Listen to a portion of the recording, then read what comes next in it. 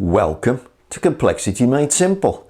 My name is Paul Allen, and the subject of today's video, what we're going to talk about, is there anything new in process control? So this relates to a little debate that I've been having with someone on LinkedIn. It's just sparked a thought.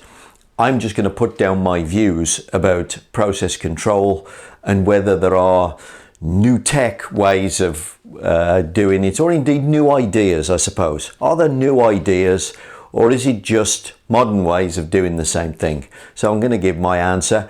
I would be happy for you to leave comments if you want to add to the subject. I can't know everything technical about every process, so I'd love you to leave some comments where we raise subjects that are brand new and tools that are brand new. That would be brilliant. The other thing, of course, if you want to read about the concepts in these videos, please go and buy my Black Belt Handbook. There is a Minitab edition if you're finding that software difficult. There's also a Design of Experiments book there. Again, there's a Minitab edition if you're finding that software tricky. So please go and buy the books. You'll find those very helpful. So let's talk about this. So, is there anything new? Is there anything new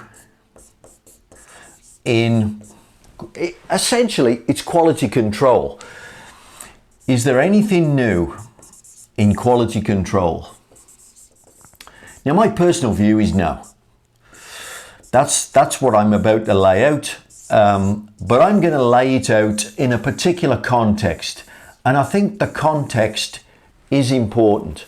So I'm going to lay the context out, then I'll give you the views of what I'm talking about, and then I'll talk about why people maybe think it's new. So here we go. Process control is very straightforward.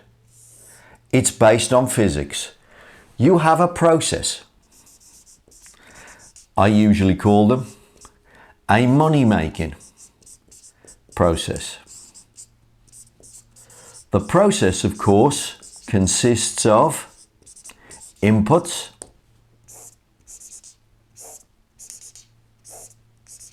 and outputs. I'll just put 5 on this side. I'll put 2 on that side just for simplicity, but you know, often processes are much more complicated than that. So we've got inputs, we've got outputs. And of course, what you want to do as the money maker, you want to drop that process on a target. There is something that your customer wants you to achieve. There is a target, and what you want to do, there's the target value. You want to take this process that might be doing this, and you want to stick it there. You want to put it on target, and you want to keep it there. And that's the physics of what you're trying to do. And as far as I'm concerned, that's never going to change.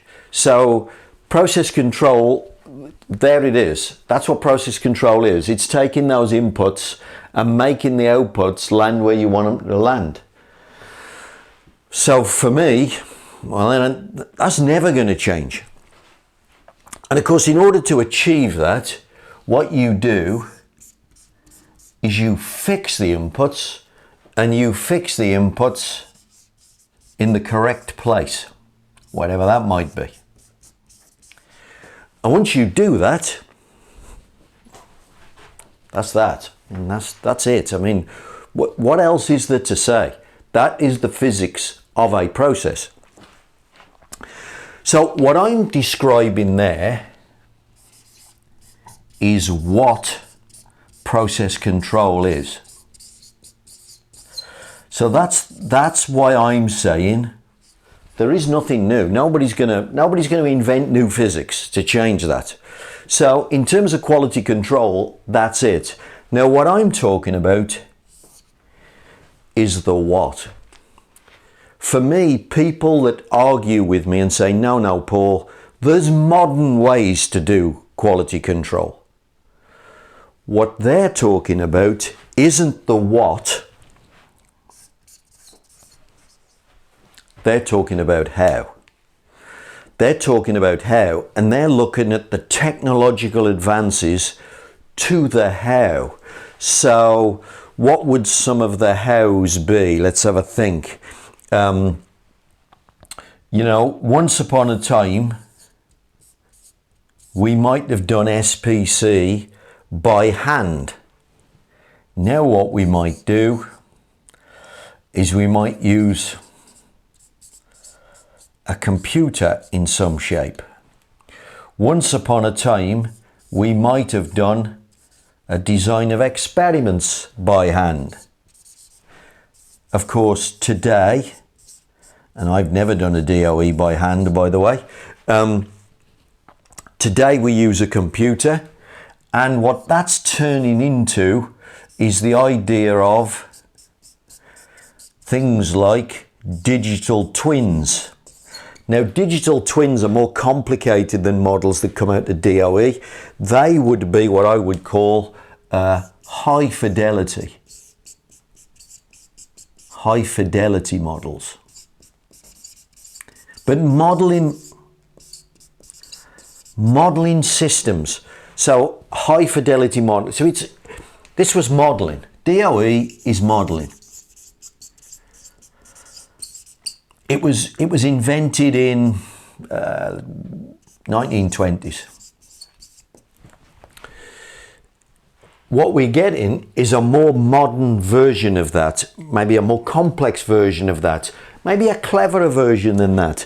Maybe you take your digital twin and you add some AI on the end. I don't know.